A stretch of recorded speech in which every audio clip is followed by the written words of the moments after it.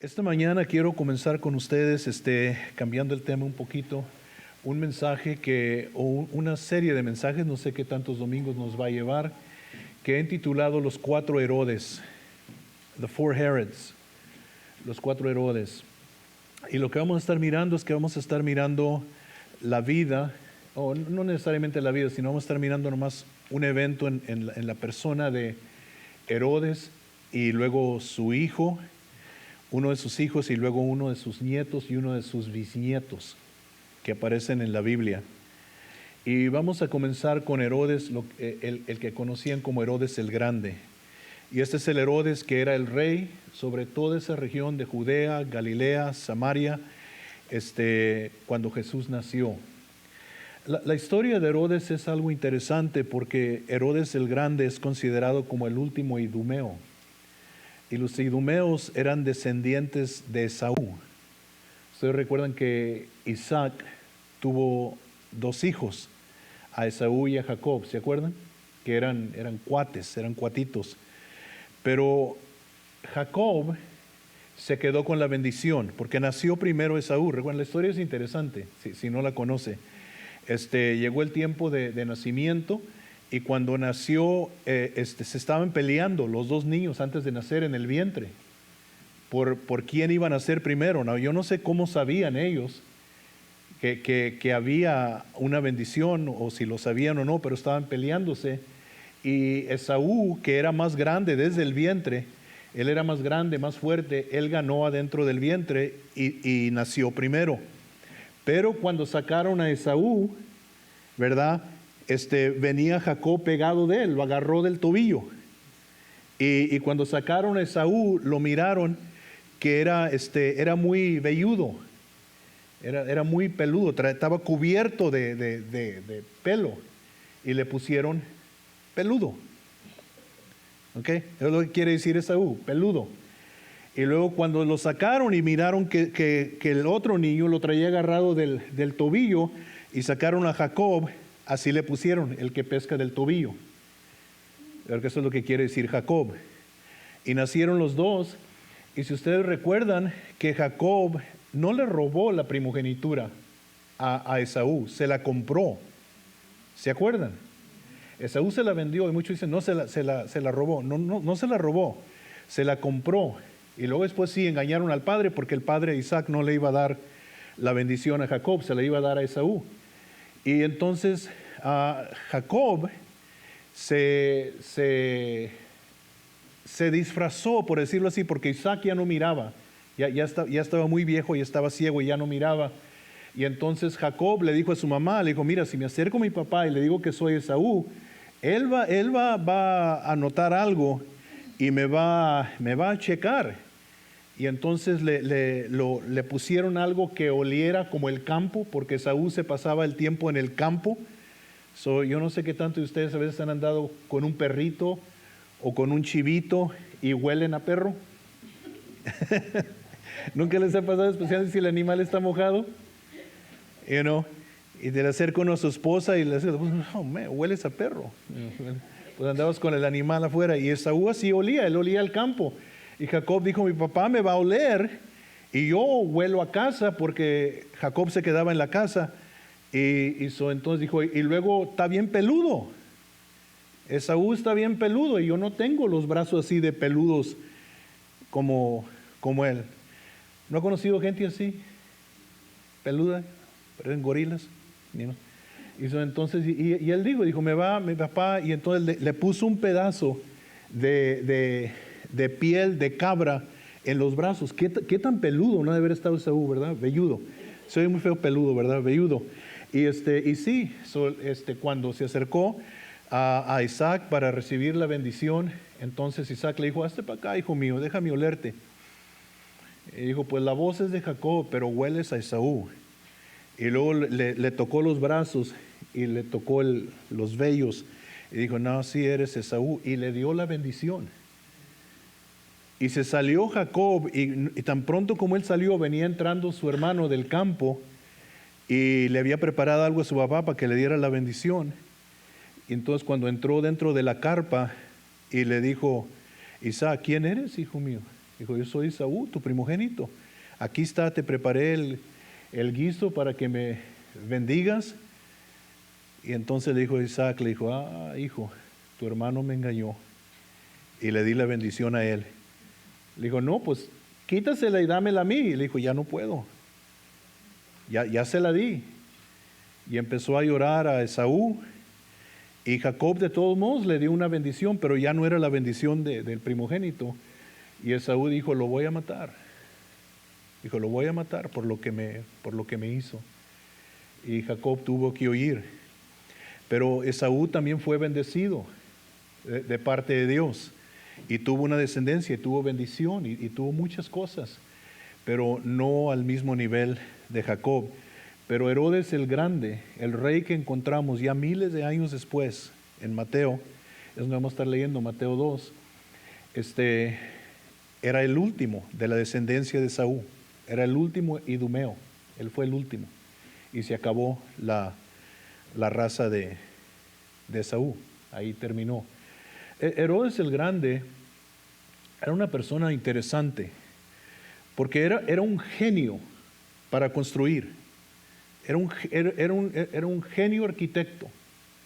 Y hasta el día de hoy, cuando vamos a Israel, yo no sé qué tanto se acuerdan de Cesarea Marítima. ¿Se acuerdan de Cesarea Marítima? Toda esa ciudad la construyó Herodes. Él la construyó. Y yo no sé si se acuerdan cuando fuimos a ver el acueducto, que está cerca ahí de Cesarea. La construyó él. Y no saben, porque en Cesarea Marítima no había agua dulce. Una ciudad tiene que tener agua. Y no había agua en Cesarea. Y él mandó traer agua de millas de distancia y construyó un acueducto. Y todavía no saben cómo le dio la caída. Porque si la caída estaba muy inclinada, el agua se tiraba. Y si no estaba, lo suficiente inclinada, el agua se estancaba. Y lo hizo perfecto, donde el agua va corriendo. Perfecto, perfecto, perfecto. Y no saben cómo lo hizo hasta el día de hoy. Y él construyó esa ciudad. ¿Se acuerdan de Masada? Cuando fuimos a Masada, Herodes el Grande construyó Masada. Y hay otros edificios en Israel. Hay un puente que todavía lo usan el día de hoy, que lo construyó Herodes. Una persona muy interesante. Yo no sé qué tantos conocen la historia secular de Julio César, el hombre que iba a ser el primer emperador romano. Yo no sé qué tantos conocen la historia de Julio César, Marco Antonio, Mark Anthony, Brutus, no sé cómo se dice en español, Bruto, yo creo, Brutus, algo así en español, pero es una historia secular que tiene conexión con Herodes el Grande, porque Herodes el Grande se hizo amigo de los romanos y se hizo muy amigo de Marco Antonio, Mark Anthony, de Marco Antonio, y entonces lo elevaron a él. Primero lo hicieron procurador, que lo pusieron en cargo de una provincia, y luego él siguió subiendo de posición por apoyar a los romanos. Y lo que sucedió en Roma fue que Brutus asesinó a Julio César. No sé si recuerdan la historia secular, deberían de haber puesto atención en la escuela. Pero Brutus asesinó a Julio César y huyó. Y Julio César era muy amigo de Marco Antonio, pero él había designado a su sobrino, que se llamaba Octaviano, Octavius, para que fuera él emperador después de que Julio César muriera, y lo estaba mentoreando a su sobrino Octaviano. Y entonces cuando murió Julio César, cuando lo asesinaron, quedó como un desbalance en el imperio romano, que todavía no era imperio, era una república, y a Marco Antonio se le dieron regiones del sur, entre las cuales iba Egipto. Y Marco Antonio lo sedució Cleopatra, la reina de Egipto. No sé qué tantos conocen la historia de Cleopatra. Cleopatra era la reina de Egipto, y ella primero había seducido a Julio César y tuvo un hijo con él. Tuvo un hijo con él. Y después de que mataron a Julio César, entonces ella sedució a Marco Antonio. Y por eso Herodes construyó Masada. porque Cleopatra quería a Judea.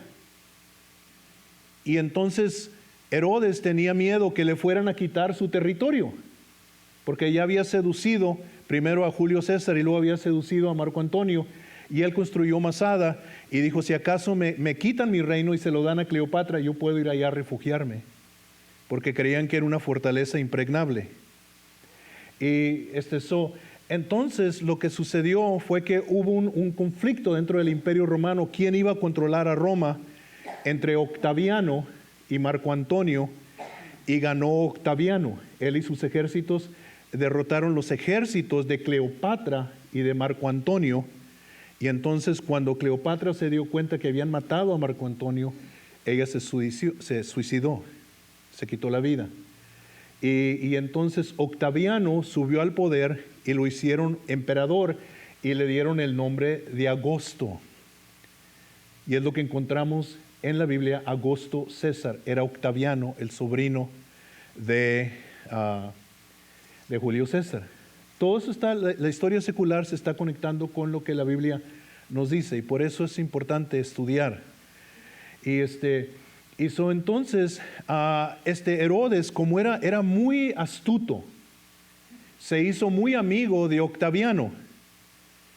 Y Octaviano, cuando subió al poder, entonces lo elevó a Herodes también, y fue cuando le dio el territorio completo, y vino a ser rey.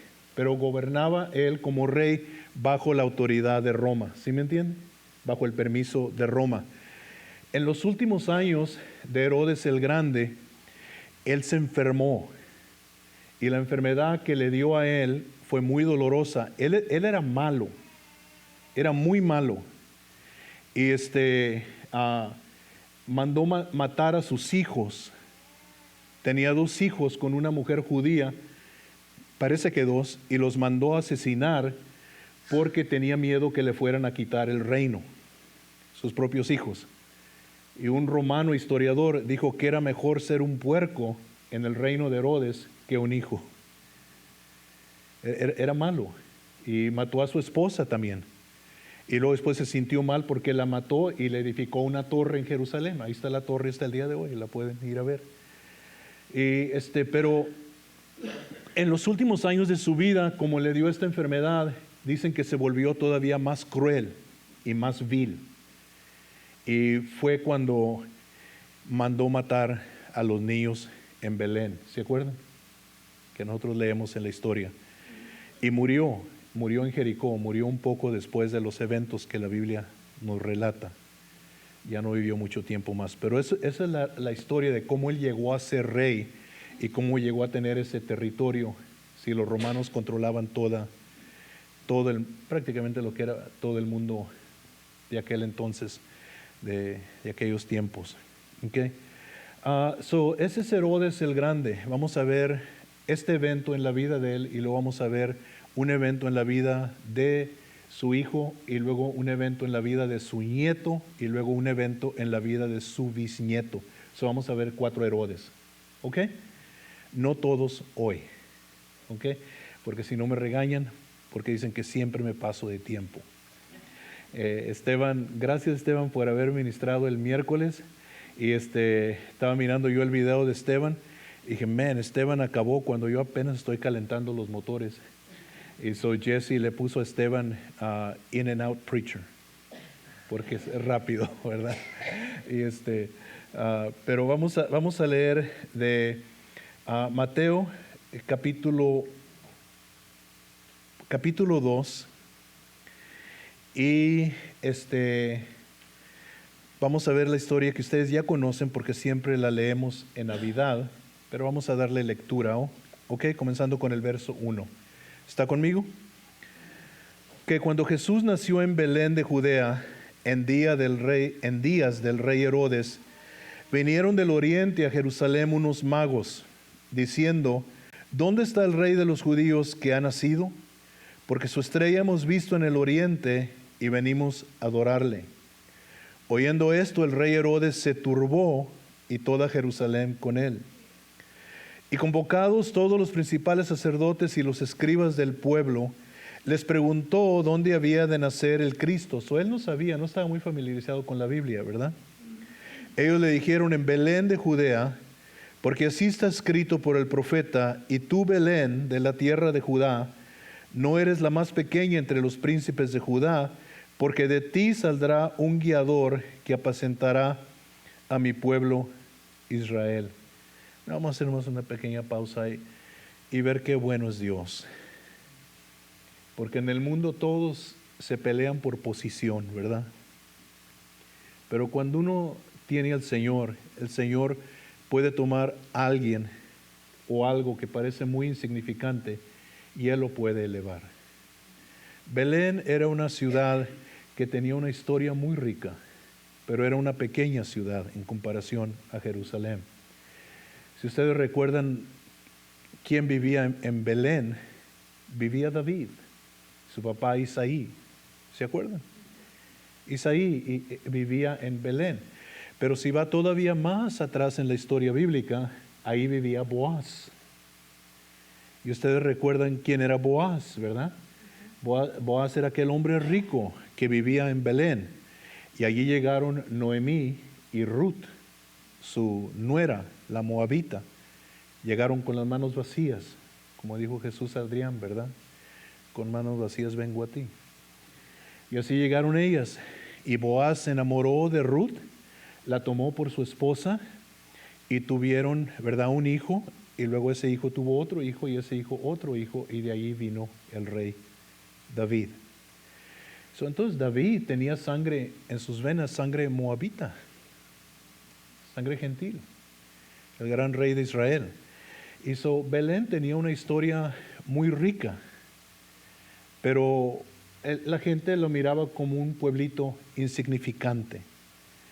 Y aunque Dios había hecho cosas grandes en Belén, ¿verdad? Ahora de Belén había dicho el profeta: aunque es pequeña, no es tan pequeña como creen, porque de ahí va a venir el Mesías.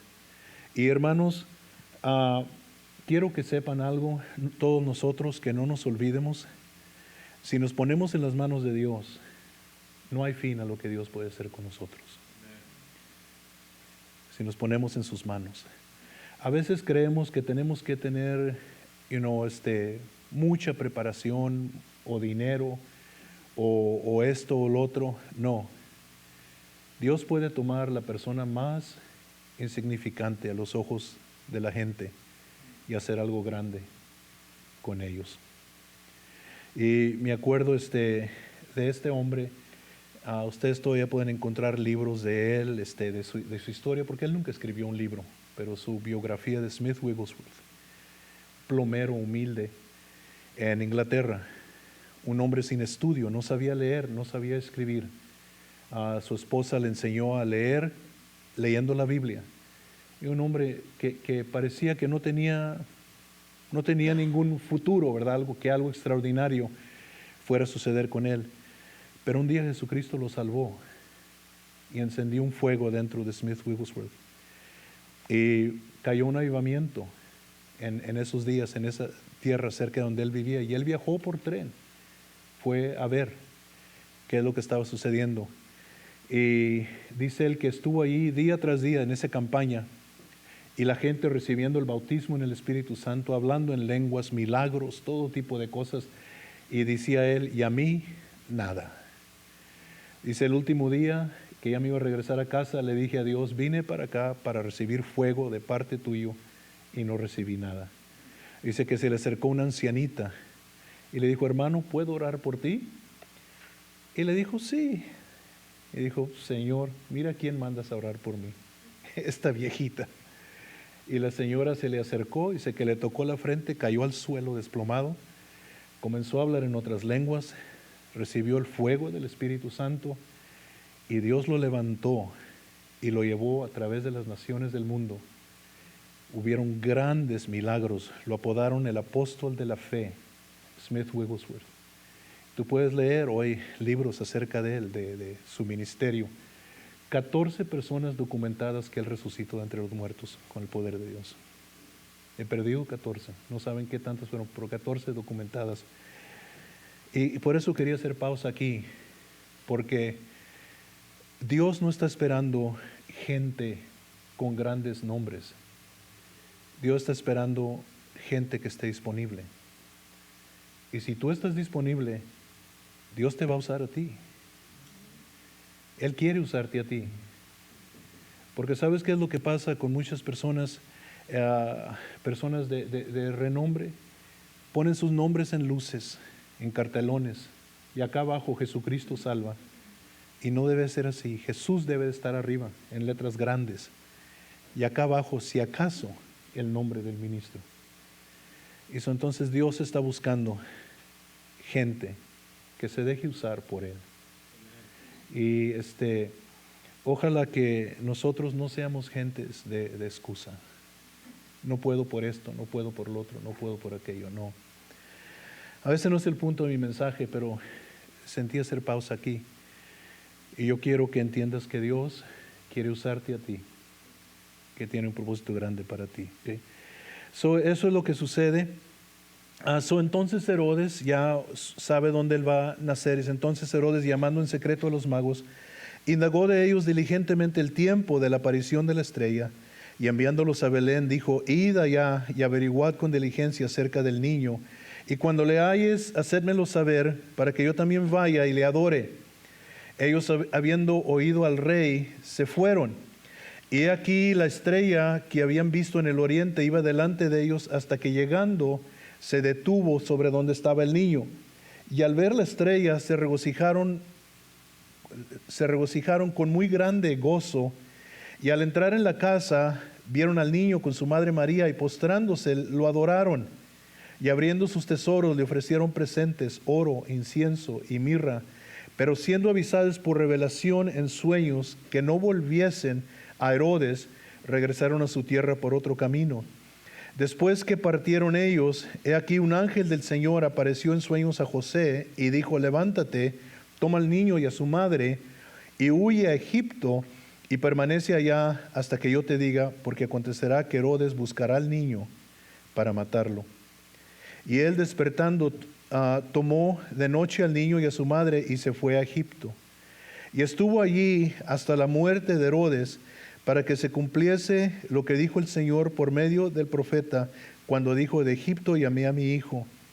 Herodes entonces, cuando se vio burlado por los magos, se enojó mucho y mandó matar a todos los niños menores de 2 años que habían en Belén y en todos sus alrededores, conforme al tiempo que había inquirido de los magos. Entonces se cumplió lo que fue dicho por el profeta Jeremías, cuando dijo: voz fue oída en Ramá, grande lamentación, lloro y gemido, Raquel que llora a sus hijos y no quiso ser consolada porque perecieron. Pero después de muerto Herodes, he aquí un ángel del Señor apareció en sueños a José en Egipto, diciendo: levántate, toma al niño y a su madre y vete a tierra de Israel, porque han muerto los que procuraban la muerte del niño. Okay. Vamos a ver algo acerca de Herodes. Lo primero, ya sabemos de lo que hablamos ahorita. Él regía esa región. He ruled. Él estaba en control, ¿verdad? De esa región. Él mataba, él daba vida, él hacía, él deshacía. Él estaba en control. Pero Herodes no era soberano, porque todo lo que hacía, lo hacía solamente con la autoridad y el permiso de Roma. Era un rey, pero no era verdaderamente un rey, porque no tenía él el completo control. Si Roma le daba permiso, él lo podía hacer. Y si Roma le decía no, entonces, aunque él decía yo soy rey, él no podía hacerlo. ¿Ok? Y lo que quiero que veamos son estos puntos. ¿Ok? Que muchas veces nosotros también peleamos contra Dios porque no queremos darle control a Dios sobre nuestras vidas. Igual que Herodes, nosotros peleamos que no, este es mi reino, yo hago lo que yo quiero, yo hago como yo digo, yo soy el que mando. Y resistimos la autoridad de Dios. Y Herodes está resistiendo otro reino. Él está resistiendo otro rey. Él no quiere. Él es el rey. ¿Y quién es para meterse y tratar de quitarme a mí mi territorio, mi autoridad. Y muchos cristianos, hermanos, tienen problemas dejando que Dios controle sus vidas. No quieren ceder al control de Dios. Pelean pelean contra Dios y dicen, no, yo soy el rey. Y le decimos que Él es el Señor. ¿Es verdad? Señor Jesús. Pero cuando Él trata de establecer su control y su autoridad en nuestras vidas, peleamos contra Él. Y le decimos, no es como tú quieres, no es como tú dices, es como yo digo. Y peleamos igual que Herodes contra la autoridad de Dios. Y hace muchos años yo estaba joven, más joven, y ahora nomás estoy en denial, pero estaba más joven y andaba trabajando, y andaba una señora donde yo trabajaba con una compañía arreglando sprinklers, regaderas, ¿verdad? Los que riegan el pasto, el zacate. Y andaba una señora que estaba arreglando las plantas. Ella traía la compañía y ella andaba arreglando las plantas. Y andamos en un hotel que muy famoso ahí en Dallas que se llama The Mansion. Y ahí andamos trabajando. Y me puse a testificarle a la señora esta y me dijo, yo voy a la iglesia. Y me dijo la iglesia donde iba. Y me dijo, pero no vengas a mí con esto de que yo tengo que dejar esto, tengo que dejar lo otro, que tengo que hacer así. Yo le dije al pastor, cuando yo fui a la iglesia, yo le pedí al pastor que si me dejaba hablar con él, y yo hablé con él, y le dije al pastor, a mí me gusta tomar bastante, y yo tomo, y si tú me dices a mí, o das un sermón, que los cristianos no deben de tomar, yo me voy a tu iglesia. Y así hay muchos cristianos. No que toman, ¿ok? Pero que así le dicen a Dios. Yo voy a hacer lo que yo quiero, como yo quiera, cuando yo quiera, en la forma que yo quiera. Y si no te gusta, pues ni modo. Son Herodes. Yo voy a controlar. Yo voy a hacer. Y le dicen en esencia al Señor, yo soy rey aquí. Si el Señor nos redarguye por alguna película que estamos mirando en casa, o si el Señor nos redarguye por algún tipo de música que dejamos entrar a casa o que tocamos en nuestro carro, nos enojamos contra Él. ¿Quién eres tú para decirme a mí cómo viva? En esencia estamos diciendo, yo soy el rey aquí, y es lo mismo que hizo Herodes. Y la tragedia es que Herodes trató de matar al que Dios había mandado para salvarlo.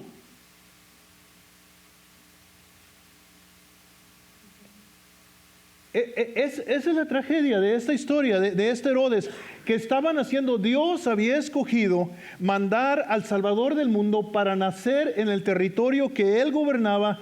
Qué privilegio, qué bendición, pero como él era ignorante, porque estaba tan defensivo de su autoridad que él creía que tenía, que en verdad no la tenía Roma, y Roma solamente le daba permiso.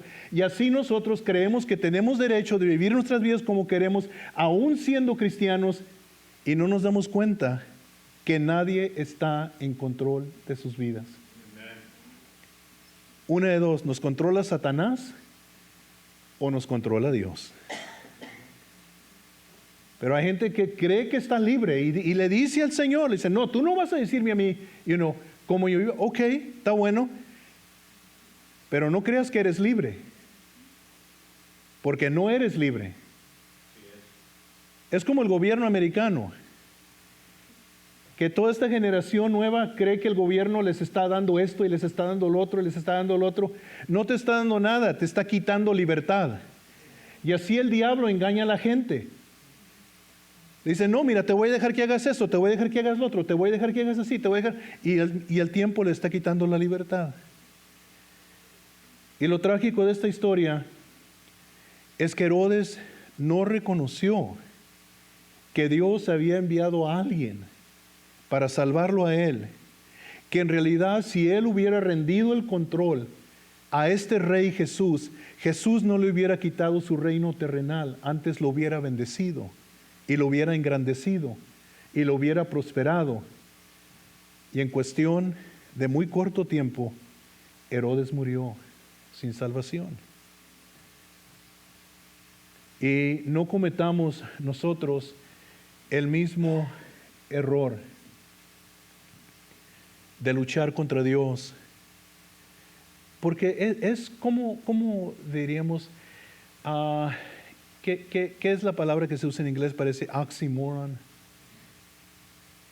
Que lo más que Dios te controla, lo más libre que te hace. Y nosotros no creemos eso. Pero lo más que Dios nos controla, lo más libres que nos hace. Lo mejor que se hace en nuestras vidas. Hay un canto de C.C. Winans que se llama Shepherd. Me encanta ese canto.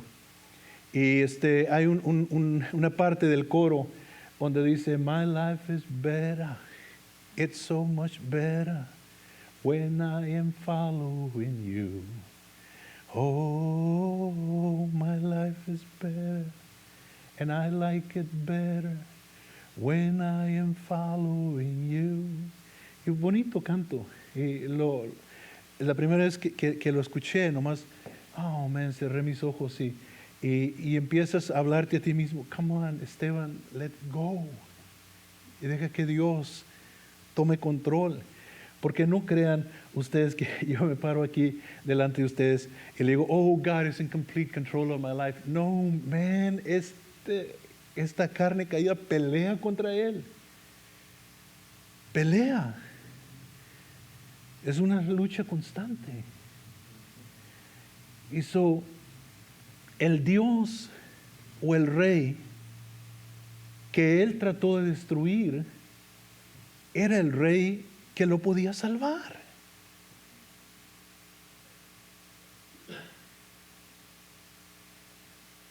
A mí es una ironía, ¿no? Y muchas veces, les voy a ser sincero, tenemos miedo de sujetarnos a la voluntad de Dios. Muchas veces tenemos miedo. Porque no sabemos qué va a pasar. Pero ahí es donde entra fe. Y por eso la Biblia dice que por fe andamos y no por vista. Porque fue lo que pasó con Abraham. Dios no le dijo a dónde iba, nomás le dijo, ve. Y la Biblia dice que él obedeció. Y a veces tenemos miedo a obedecer a Dios. Vamos a ser sinceros, come on, ¿es verdad o no? A veces tenemos miedo a obedecer a Dios. A veces tenemos miedo de dejar ciertas cosas que nos hacen sentir confortables y seguros. Y a veces por eso nosotros peleamos por defender nuestro reino, porque tenemos miedo de darle a Dios todo.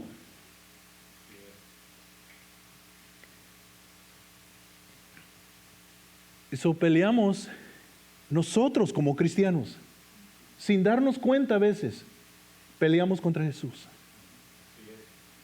Peleamos contra el rey.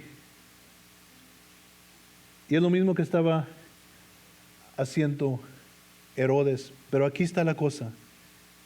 Al él tratar de destruir a Jesús, se destruyó a sí mismo. Y la Biblia nos dice a nosotros, Jesús dijo, el que procure salvar su vida, la perderá. El que procure salvar su vida, la perderá.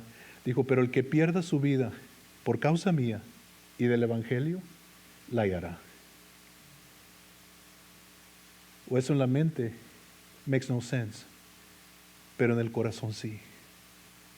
Porque algo dentro de nosotros, cuando hemos sido salvos, decimos, yeah. No lo entiendo, pero sé que es verdad. Sé que es verdad. Quiero leerles unos versos para terminar con esta primera parte. y la semana que entra levantamos la segunda parte, pero quiero que vaya conmigo a 1 Corintios capítulo 2 y quiero leer comenzando con el verso 6 y vamos a leer hasta el verso 12. 1 Corintios 2, verso 6. Sin embargo, hablamos sabiduría entre los que han alcanzado madurez, y sabiduría no de este siglo, o sea, no de este mundo, ni de los príncipes de este siglo, o sea, de este mundo, que perecen. Mas hablamos sabiduría de Dios en misterio, la sabiduría oculta, la cual Dios predestinó antes de los siglos para nuestra gloria, la que ninguno de los príncipes de este siglo conoció, porque si lo hubieran conocido, nunca habrían crucificado al Señor de gloria.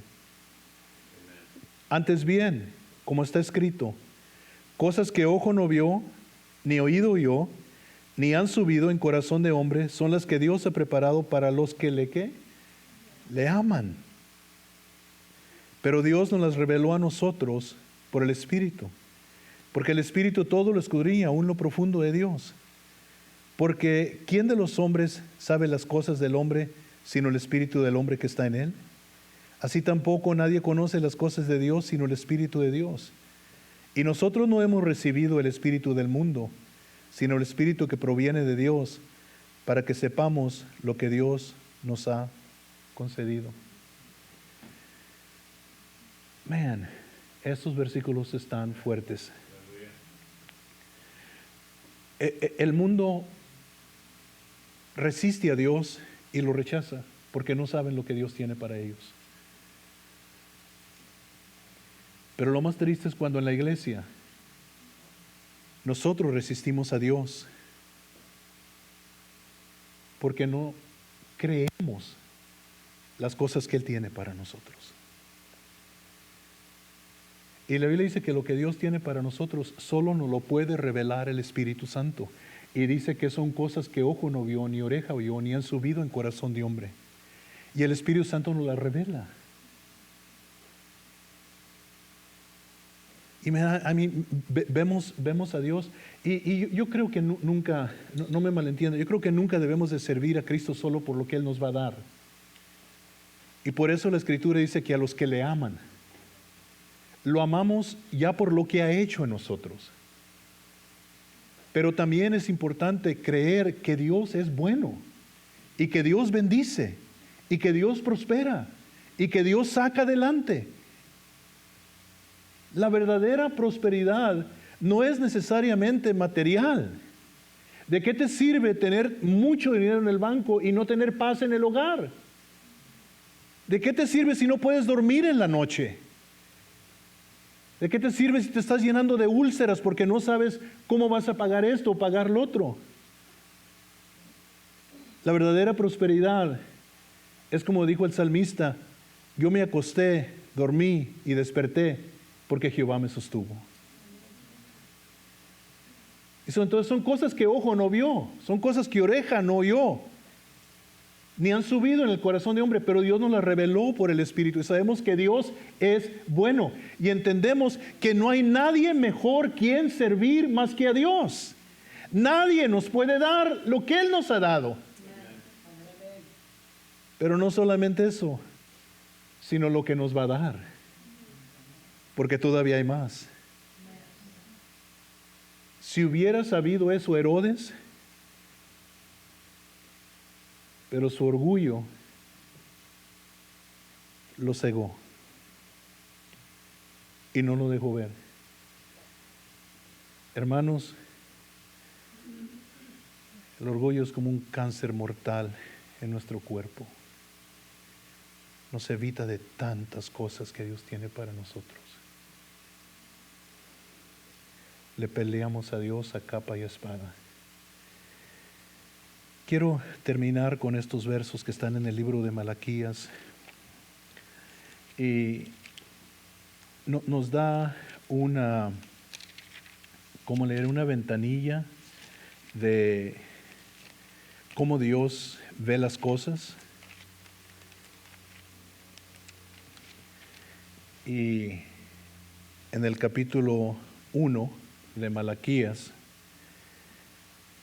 versos 6, 7 y 8. Malaquías 1. El hijo honra al padre y el siervo a su señor. Si pues soy yo padre, ¿dónde está mi honra? Y si soy señor, ¿dónde está mi temor? Dice Jehová de los ejércitos a vosotros, oh sacerdotes, que menospreciáis mi nombre y decís, ¿en qué hemos menospreciado tu nombre? ¿En que ofrecéis sobre mi altar pan inmundo? Y dijisteis, ¿en qué te hemos deshonrado? ¿En que pensáis que la mesa de Jehová es despreciable? Y cuando ofrecéis el animal ciego para el sacrificio, ¿no es malo? Asimismo, cuando ofrecéis el cojo o el enfermo, ¿no es malo? Preséntalo pues a tu príncipe. ¿Acaso se agradará de ti o le serás acepto? Dice Jehová de los ejércitos. Now, I just want to say something. Como quisiera que tuviéramos nosotros la pasión que tienen los fanáticos de los Cowboys. I mean, ¿algunos de ustedes creen que son fans de los Cowboys porque traen una cachuchita, una camiseta? No. There's people that are crazy.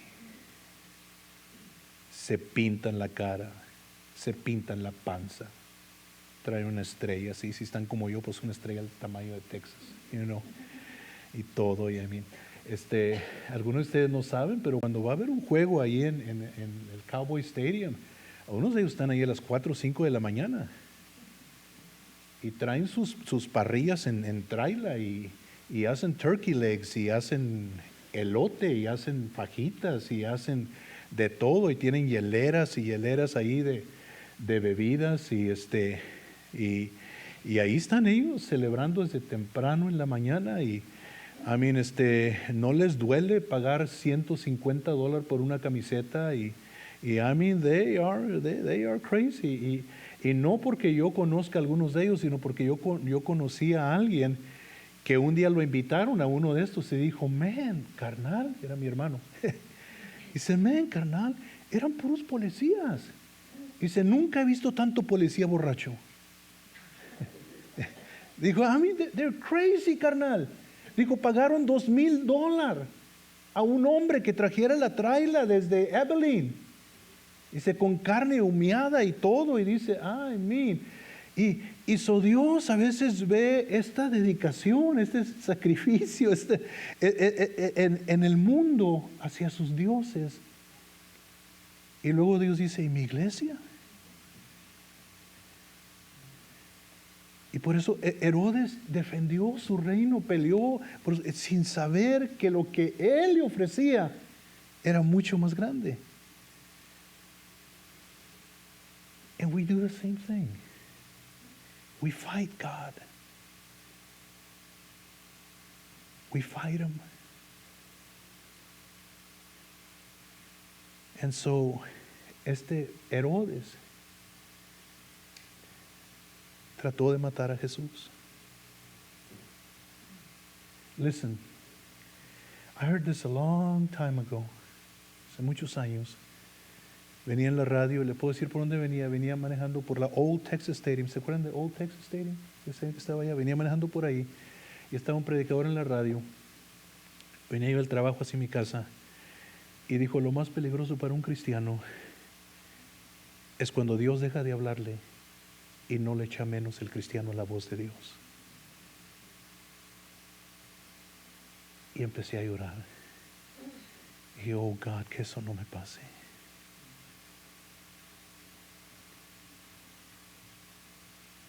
God has been patient. Ha sido muy paciente. Pero Él no va a compartir su gloria con nadie.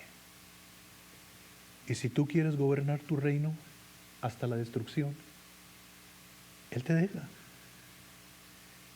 Pero te ofrece Él lo mejor que tú puedes imaginarte. Herodes, he missed out. Que Dios nos ayude a nosotros a no hacer lo mismo. Que digamos, Jesus, tómame no solamente a mí, toma mi hogar, toma mi matrimonio, toma mis hijos. Just take it. It's yours. Es tuyo.